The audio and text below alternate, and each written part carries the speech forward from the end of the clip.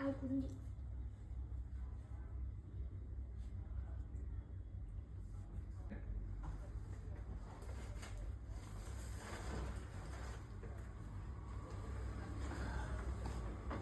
Hi, ఇదిగో నీటిలో నీకు ఇష్టం కదా ఇది.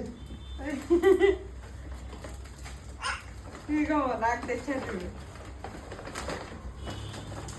ఇంకా నాకే